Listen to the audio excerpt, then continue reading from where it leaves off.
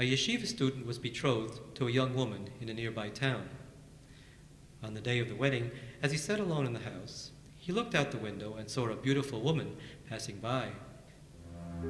She raised her eyes to his and then walked on. But that one glance filled him with passion, and he made a wish that his own bride, whom he had never met, would be as beautiful. Later that day, as the bride and groom stood beneath the chuppah, the bridegroom looked up and saw the same woman who had passed by his window. She was standing close to the canopy, so that he glimpsed her several times during the ceremony. And she gazed shamelessly at the bridegroom, who fell under her spell, and even as he was wed to another, in truth he bound his soul to her. That night in the bridal chamber, the bridegroom found the other woman waiting for him instead of the one he had wed. Greatly confused, he said to her, "How is it you are here instead of my bride?" And she replied, "It was I that you wed, is that not true?" And all at once the bridegroom became afraid, for he remembered how he had bound himself to her. And he said, "Who are you?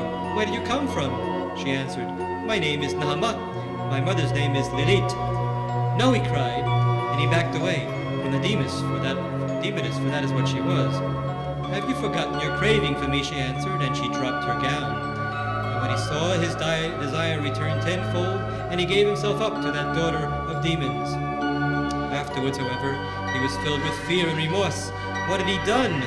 And as he looked around, he saw that the mirror on the wall was covered, as is done at the time of Shiva when somebody has died. But never for a bride and groom. Quaking with fear, he asked, "Where are we?" And she replied, "This is the palace of illusion. Some call it the hollow of the sling." And the student jumped back in terror, for that was the very pit of hell, and he saw that his soul was imperiled. And without considering the consequences, he ran away from there as fast as he could. All at once he found himself back in the same town where his wedding had taken place. He went from house to house searching for his bride, for he was certain that if he could only find her, he could break the bond with Elite's daughter. But no one in that town had ever heard of her, even though she had lived there all her life. And when he had searched everywhere, he left that city and traveled from one city to the next, always hoping to find her. For 300 years he wandered without finding any trace of his bride. By then he had lost all track of time and wandered at random from place to place. It was then that he came to a house that seemed strangely familiar, and he knocked, as he had done so many times before. A voice told him to come inside, and when he did, he found himself back in the bridal chamber with the demoness still reclining on the bed. That is when he realized to his horror that he had never escaped her at all.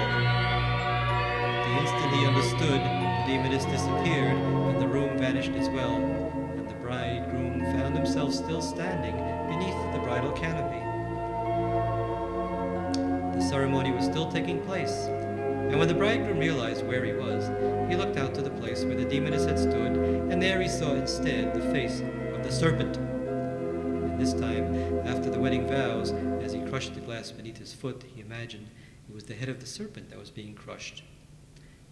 And that night he clung to his true bride with all of his being, and at last he escaped the hollow of the sling.